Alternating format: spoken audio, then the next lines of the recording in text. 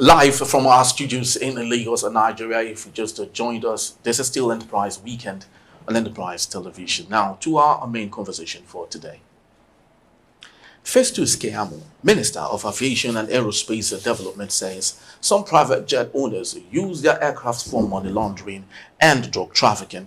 Keyamo, who made these allegations during the inauguration of a Ministerial Task Force Committee on Illegal Private Chartered Operations and Related Matters in Abuja, said it has come to his attention through a series of disturbing reports that the practice of illegal charter operations is thriving within the aviation industry, thereby undermining the efforts of the Nigerian Civil Aviation Authority and other regulatory bodies. Keyamo also alleged that private non-commercial flight PNCF operators have become increasingly emboldened, continuing their illegal operations with the assistance of air operator certificate AOC holders who collect tolls and list their illegal chartered under their AOCs. And still in the studios with me to do the justice to this a very important topic, Cyril Abaku and Barrister Jimmy Abia. Thank you, gentlemen, for hanging on. And let's take on this particular topic. I don't know how I look at this, but this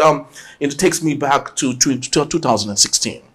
When President Muhammad Buhari, told the world that Nigeria is corrupt. And a couple of months back, Tinubu equally, said, do not offer a bribe to any of our people. If it is requested or taken from you, report to us. You will have access to me. Nigeria will no longer be defined by the past. That's coming from Bola Ahmed Tinubu. Doesn't this look like the same old? Festus Keyamo telling the world that, hey, we do trafficking and laundering. Don't you think we're washing our dirty linens in the outside? Barrister Jim Abia. Okay, I think if Keyamo said some people engage in these activities, what I would have expected the minister to do, would have been to name them, because you cannot know that such things happen without knowing that some people do it. But you are a lawyer, and you often the cybercrime section, whatever. Do you think it's good enough to name names? No, I am not in that position. Yes. As an individual. You probably are not in that position, except as a whistleblower. Okay. That will report it to the authorities. But this is the authority now speaking. Okay. This is government. So there's no question of cybercrime or anything if he mentions names. If he can say that this thing happens. I mean, there has been something. This is not the first time we're hearing this kind of thing. Maybe not from government earlier, because we've heard that a lot of our solid minerals, which are taken out of the country, are taken through private charters, private or charter jets, in some parts of the north. You understand? So this is not the first time we're hearing this kind of thing. But what you would expect is that for government to make such allegations, government would have investigated. Government would have, it has all the machinery to know who is involved in this. So what we would have been expecting would have been arrests, prosecution, and for government to mention names. Look at these private jet owners, who are involved in this. But it's not for government to come and make, those allegations and not name names. So what would we do with that kind of information? What are we going to do with that kind of information? Festus Keyamo is telling us, is it for us to go and stop them or what? So Festus Keyamo should have, been able to, speak with the security agencies. Do you understand? And then get the persons involved, prosecuted. That's what we expect. Not for him to be telling us. What's he telling us for? What are we going to do with that? Without mentioning names, for that matter. If he had told us and mentioned names, it would have made some sense. We'll know that these are the people involved and we'll be expecting their prosecution. Mr. Cyril, like we often do, when leaders, bring up such allegations, the next thing they do is to set up committee, to handle this. Already he has done that already, from aviation committee to take care of this. Do you think it's possible, the type of Nigeria we run, do you think it's possible to nail these people? Do you think it's ever possible?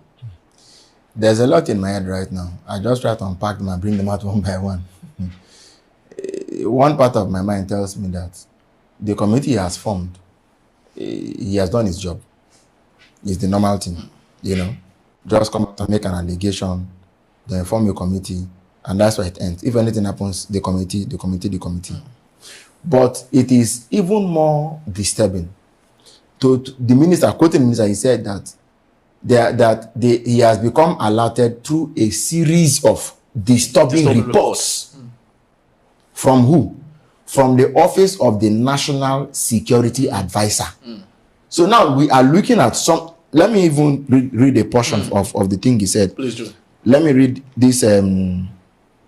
He was talking about, we have received alarming reports that some crew members, you follow this, have not attended mandatory simulator trainings for nearly 3 years and are flying with fraudulently obtained renewed licenses in Nigeria. Many of these individuals are operating planes registered under PNCF but are conducting illegal charter operations with impunity. Mr. Keyamo better, is it because Abia was talking about name them? Yeah. By now, we shouldn't be talking about naming them, right? We should have heard by now that they have arrested. Exactly. They've indicted. Exactly. Because I don't believe in arresting and charging. That's not how the FBI fights crime. Ideally, I've said, when you arrest, in my opinion, you should indict. After you have indicted, then you can charge. After charging, after the trial, if there's a conviction, after conviction, then there's sentencing, right? In Nigeria, does not ever indict. They just arrest, put it somewhere, and they start looking for it. Because with what the ministers have already done now, anybody involved in this trade, what will they now do?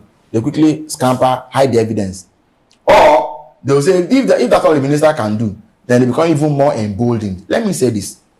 People who own and operate air operator license and so on are not children. They are not people who are looking for money to buy cars. These are people who have the money to buy private jet or to charter. As of 2 or 3 years ago, to charter a private jet from Lagos to Abuja was 2 million naira per trip. Now, it may be 5 million or more. Definitely. But there are people who can even charter that plane to Abuja and back 4 or 5 times in a day. So a lot of people would have financial muscle to break the law with impunity. If the minister knows that he won't take on them, it doesn't need to frighten Nigerians, then leave it. But if you must take on them, if the NSA, so what has the police done? What has the DSS done? What has anybody even done about it? The task force that is forming, what are they going to do? Do they have the muscle? Can they act beyond the minister's powers? This matter even requires the president's own intervention. If people have been flying airplanes without license renewed for 3 years or more, have you gone to arrest them? Have you gone to even check who was giving them those licenses? Have you done anything about it? The people that they were checking, if you went to board on a plane, can you use my ID card? Will you board? You can't board. There was a day I was at the airport to take a flight, sir. The person who did my booking misspelled my name. Okay. Well, as God will have it, the person at the counter knew how to spell my name better. So the person said, "Oh God, they even misspelled your name." And which wasn't in the ID, your ID. No. The records on the system, my name was misspelled. My ID is mine. Yes, correct. But my name as spelled on the system was wrong. So the lady, I don't know how she knew me, but she just said they even misspelled your name. She now gave me the correct spelling. But without the right spelling, what I mean is that the discrepancy. Yeah, that's what I'm saying. You wouldn't. Yeah, you wouldn't. Yes. So who are these people who are now flying us? Who themselves have wrong this thing? And there's no. So I think the minister should begin with its own industry. Call the regulators, because it sounded like someone who was exculpating the NCAA. Were they also aware? Did they inform him? Until the NSA came to inform him. There are issues. The other day, the government came to say that they've identified terror sponsors. Then they started behaving like people who are doing sketching. One of them has long hair. He lives in Lokoja. The other one wears blue shoes. He might do. The other one uses a. Come on. The only person that they named the name was Mamon Tuku, who had already been arrested by Buhari's government and was in detention. And who at the last trial, as I knew, the prosecuting lawyer came to the court around early in the morning. By the time when the case was called, the man had disappeared. And the judge said this, yes. Yeah. And the judge said this is one lack of diligent prosecution. I won't be surprised if eventually that case is struck off. So where are we? The government, he just said that some people are sponsoring terror. We've known them, and they said that they could impose sanctions. Lawyers, sir, Is it work of government to impose action on people who are sponsoring terror? Of course not. You will not arrest them. You will not prosecute them, impose sanctions on them. What does that mean? Impose sanctions on terror sponsors. When the UAE sent you a list of terror sponsors, about 400 of them in your own country, you did nothing. You did nothing. And then you are imposing sanctions. No, you are threatening to impose sanctions on them. What does that even mean? So the minister is well, maybe we should ask it, because I always said, if you look at the two crimes involved, money laundering and drug trafficking, right? When Marwa came into the NDLEA, the first week he took office, by week, and I remember it was a Saturday like this. I can't forget it. There was a bust of drugs with street value of 30 something billion naira. That was the first drug bust that Buba Marwa made, and we were like 30 something billion naira on the streets. But the fact is that the retail consumers of those drugs are not the ones who brought it into the country. Definitely. They don't have the muscle to import drug worth billions of naira. It means that besides, they don't even arrest people who use drugs under the bridge. It's a waste of time. They got at the middlemen mostly. They down below middlemen, because we need to now find out who are the people that have the financial muscle to bring this in. Yes, in billions. The same people are using private jets to do drugs. I think even the ministers are afraid. Maybe this is much you can do. Yes, to keep his head out of problem. Exactly, because Isaac, one of the younger, brother to one of the former governors in the Southwest, did say that they shouldn't blame celebrities and artists, as the culprits for some of these things, that politicians are the ones who do more of this. And this is in tune with what Cyril did say. Do you really think the people who are fingered in all of this, I know it's an allegation though, do you think it's the authority is guided enough, is strong enough to hook them up, especially if these people are politicians amongst them? Not at this time. I mean, a government that couldn't get one former governor, Yaya Bello, would go for. You know that this drug business, money laundering, this is a cartel. These are people who are entrenched. So if the government is not serious to even tackle basic corruption of known names, of people who served the people, and superintended over a commonwealth of the people, then how would government get these people who are entrenched, who are not within the formal system? So it's for government to sit up and start doing the right thing. That's what government needs to do. I mean, it's not for agencies of government to, like what EFCC is now doing. I mean, EFCC is making a mockery of the entire, anti-corruption thing. I mean, you leave the big names and then you go raid hotels and all that.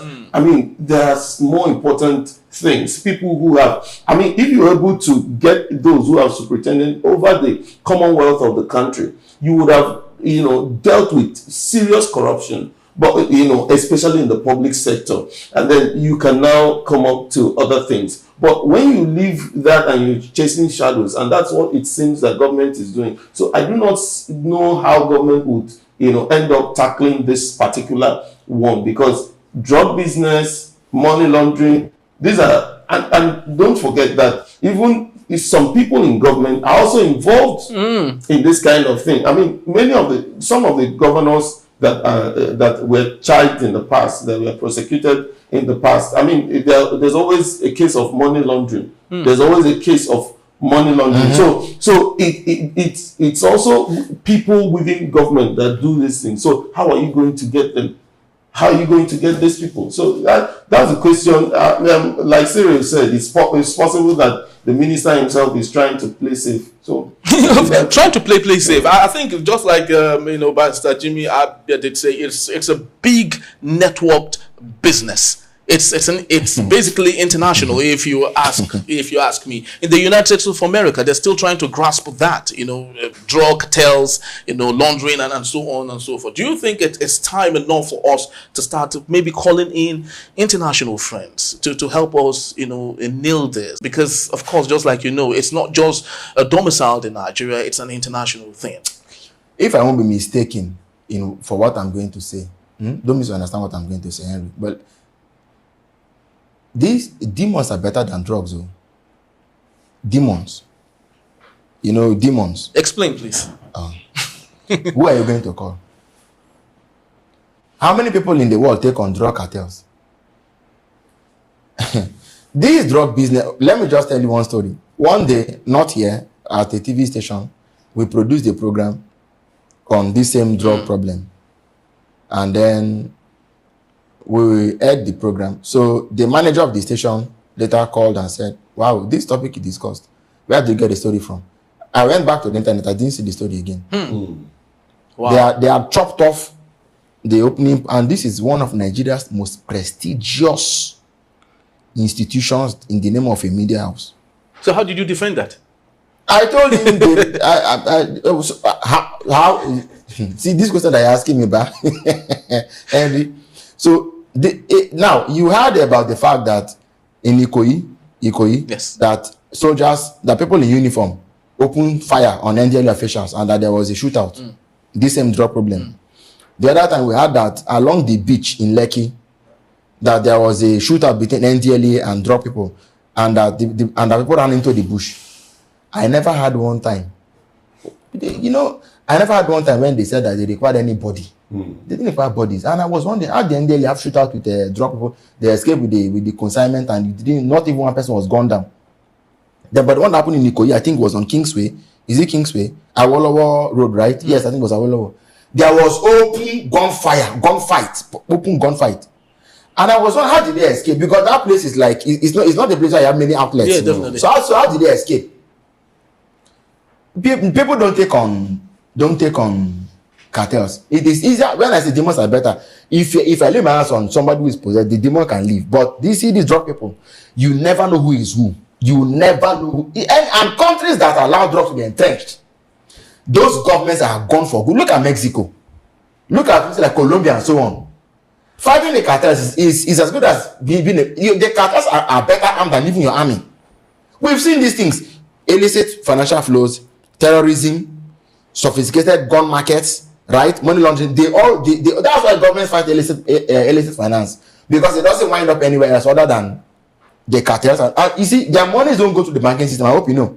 You can't if you want to deal with these drug people, you may need the rod of Moses and the fire of Elijah. Otherwise, it may look like a losing battle for ab initio. But if so, you want to hear it and they start telling you who are involved. This person, that person, this person, that person. You hear when the former president said Boko Haram was even on his own cabinet. So when you sit down to have National Security Council meetings, you are talking to the enemy in the room. The enemy is seated between you and is telling you. So the minister didn't want it to be that NSA told me and I didn't do anything. Let me announce and form is the butcher game. Announce, form a committee, then then if money didn't come for the committee to do its work, you say money didn't come. That's how that's the end of the thing. Now, talking about complicity, finally, Ambassador Jimmy Abia, what do you think is the priority for Festus Keyamo at this point? Of course, you've been to our airports severally, and you've seen how those in authority, particularly customs, immigration, how they behave, how they act. With paltry sum like 1,000 naira, you can just have your way. Take whatever it is, and you just move out. Or don't you think the priority for Festus Keyamo should be, nailing the problem from what he at least he can handle, what he is in control, then maybe taking it a notch higher? Yeah, you made a very important point. I think that is actually, the starting point. Of course, you can also work on this because they go hand in hand. I mean, to the extent that, to also prevent aviation. I mean, for somebody who has not renewed his license for 3 years, it's a risk. It's a flight risk. It's a risk, having such people flying people within our airspace. So these things can be handled simultaneously. Some of these things, maybe not all. Maybe they might. That's why I mentioned, the security operatives, security authorities. Now I expect. But this is also coming from the office of the NSA. I mean, the NSA shouldn't have been reporting to. What do we expect? So So, I was about saying that Festus is he a police officer? Yes. So, but now the thing is coming from the office of the NSA. So why are you to Festus Keyamo, who is just aviation? You should have been the one as national security advisor to come to the police. Exactly. Whoever the security authorities, EFCC, ICPC, to get involved in this. But you told Keyamo, and Keyamo has told us. So that's it. Keyamo has set up committees to take care of it. Nigeria is an interesting place. But back to what you mentioned, I think Keyamo should also, within the ones within his reach, I think he should ensure that the FAN, Federal Airports Authority, they do their work and do it diligently, and then also curb little corruption. I will call them little corruption of people, because these things might look little, the 500 naira, the 1,000 naira, but they paint the country. Someone like me who has a lot of foreigners as clientele, when they come into the country, what they tell me is that your country is so corrupt that even from the airport, people were already demanding money. Now imagine investors coming into the country and what they see, and this is what they see the first time. People coming in from other African countries, and this is what they see, the first time when they land in Nigeria. So it's a big embarrassment for the country. And I think Festus Keyamo is better placed to tackle those things, head on, quicker. Then again, the former aviation minister, although, we say a lot of things about her, but what she was able to do in our aviation, Stelodua, was able to because you can see that a lot of our airports, in terms of structure, look better, much better than what they used to be. And that was what she was able to do in the aviation sector. Now, it's important to maintain those facilities. What you now see is that those facilities which she put in place are not being properly maintained. You go to, like, the Imo State Airport, I was watching a clip the other day that said the conveyor belt, where they pick their luggages, was not working, and people were out in the rain, in the sun, picking their luggages, from the box. Yes, and then there's this thing, I don't know what it's called, which we used to have in the airport, so that when you land, even if it is raining, the aircraft attaches to it. To a hood. Yes, to a hood, sort of, and you move straight. I don't see it anymore in Nigerian airports. I've gone through from Abuja. I would have expected to see in Lagos, because those are the things you see in the major airports before. It's pardonable if it's not in the other airports, but somewhere Abuja, Lagos, Port Harcourt should have those sort of things. I mean, someone who came from the United States was telling me, that this is such that as they were alighting from the plane, they were drenched in rain. These are things that I think Festus Keyamo can. You go to the restrooms in the airports. They are not anything. Somebody is standing there by the side giving you tissue paper, and demanding you for money. And while he's giving you tissue paper, he's greeting you very well. He's greeting you very well, expecting something in return. So I think these are soft. They are easier things, for him to quickly tackle. Then we can now go to the bigger things. There are low-hanging fruits, as we call it in Nigeria. So if we can tackle those ones, then we can go to the big ones and deal with the big guys, the drug guys and all those guys. In about 5 or 6 or so years, we've not gotten any major drug lord in this country. Those people that they always arrest on Sunday evenings in the hotels are not the people who are the main people to be caught. That's what I mean. By tomorrow, you would have had that in one hotel in Festus or one hotel in Lekki or somewhere. Then the following Monday morning is on the national. That's what they've been doing. The NDLEA. But that's not enough to deal with. How about those who use those people? The drug lords don't go to Ethiopia or Brazil. They don't travel. They have foot soldiers who do the middleman stuff, come back and then distribute to the retailers. Who are the people who sponsor, who have the billions to push out from the banking system to the people?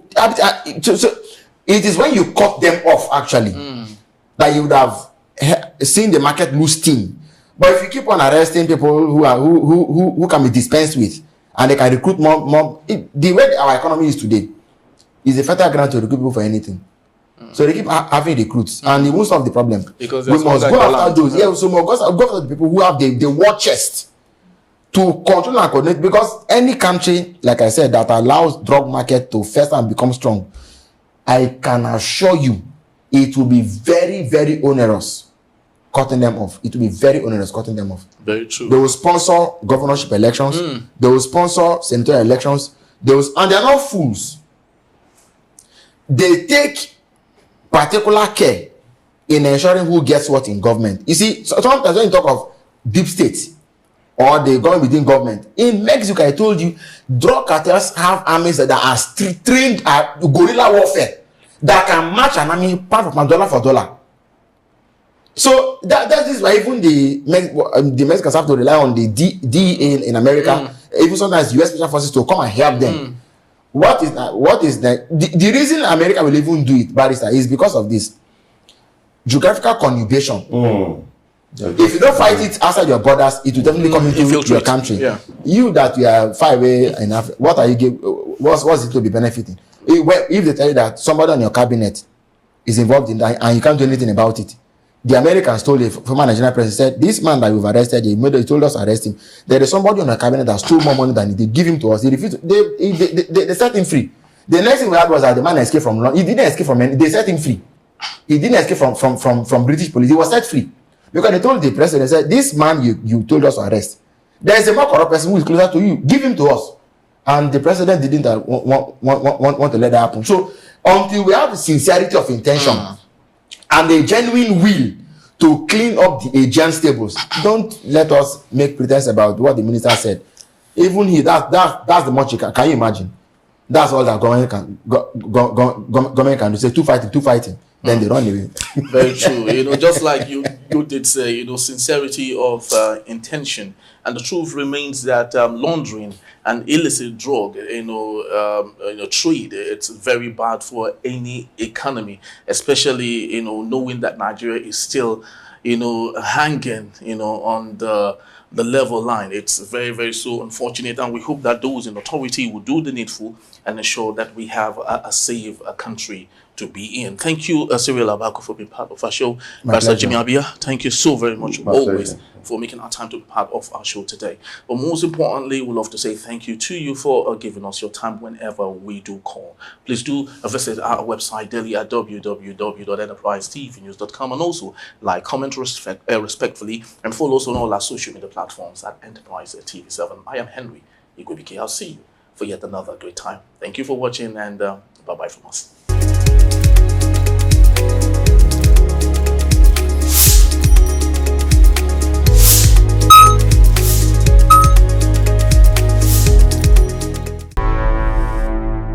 Enterprise TV, a tradition of truth.